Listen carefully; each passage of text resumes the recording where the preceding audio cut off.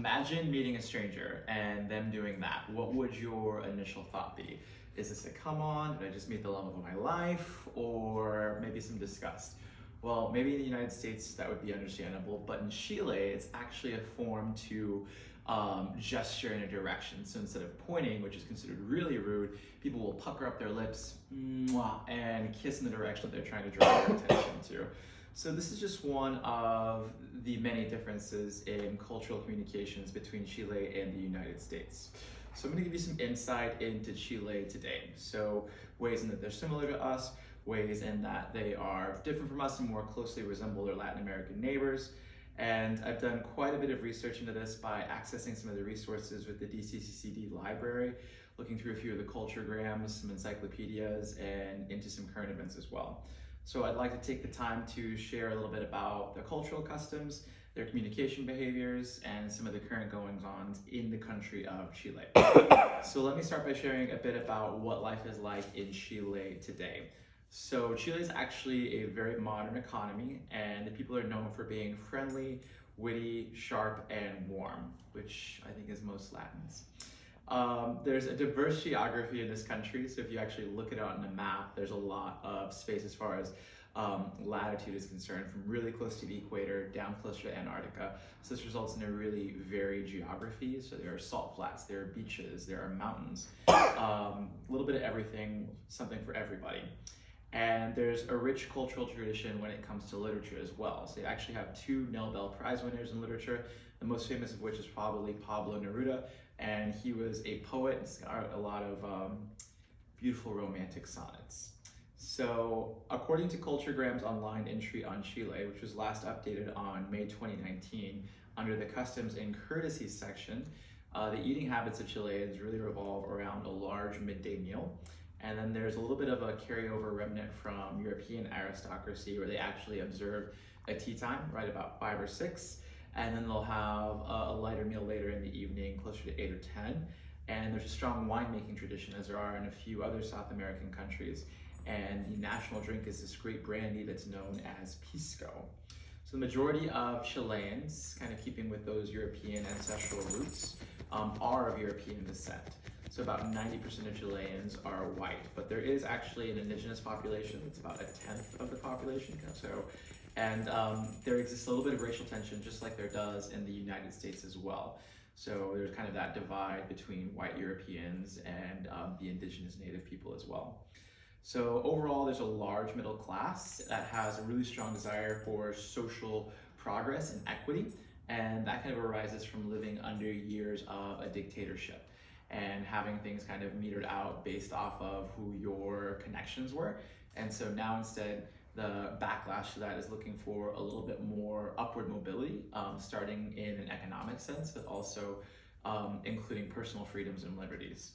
So from there, final bit about kind of the norms in Chile is the time norms. So looking at it, they are very lax with their personal time. So if a Chilean asks you to be somewhere and you're 30 minutes or an hour late and it's a personal meeting, that won't be frowned upon. It's kind of just expected to kind of work into it, though they tend to be a little bit more punctual when it comes to business standards. So now that I've shared a little bit about Chilean culture with you, let me move on to sharing a bit about how the Chileans themselves communicate with each other. So Spanish is the most spoken language. It's kind of the national language. There's a few other regional indigenous languages, but like in most Latin American countries, there are certain word substitutions. So not everything verbatim. If a Chilean is going to speak to a Mexican, are they going to completely understand, but probably 99% of it. So respect and courtesy are both highly valued and prized in Chile. And this is reflected by the fact that they use the formal usted version of you way more when they're speaking Spanish than other Latin American countries. The family structure is a little bit of a blend, so it's atypical in the fact that the birth rates are really low in Chile. So the nuclear family unit is pretty small as well. You're looking usually only about 4, but there still are strong intergenerational ties. So most Chileans know their grandparents, have a strong relationship with them. So in that way, they're kind of a blend of the nuclear American family along with that larger intergenerational kind of traditional Latin American family. And according to that traditional Latin American focus on the family, I think that lends to the collectivistic nature of Chilean society. So according to the Geert Hofstede Center's online comparison tool, they actually score really low on the individualism rating, in contrast to the United States, where that's very high.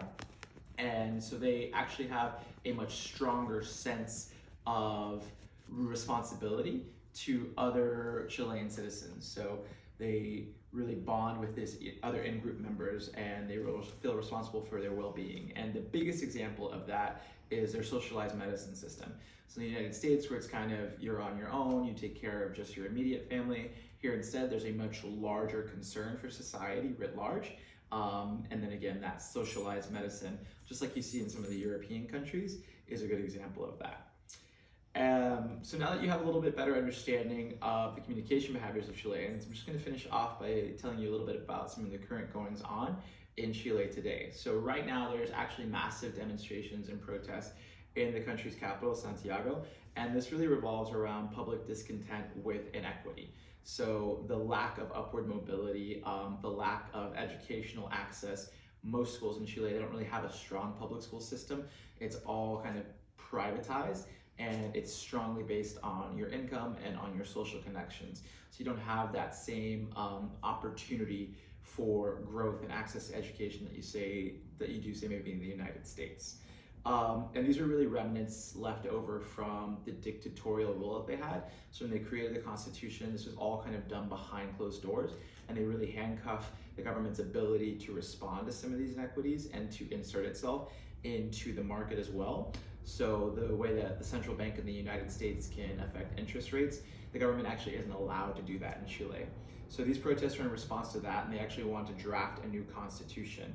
And according to Pascal Bonifray's November 11th, 2019 New York Times article titled "Chile's President Says He Will Support a New Constitution," over the past month there have been 1,000 people that have been injured or arrested, and 5 people have even died.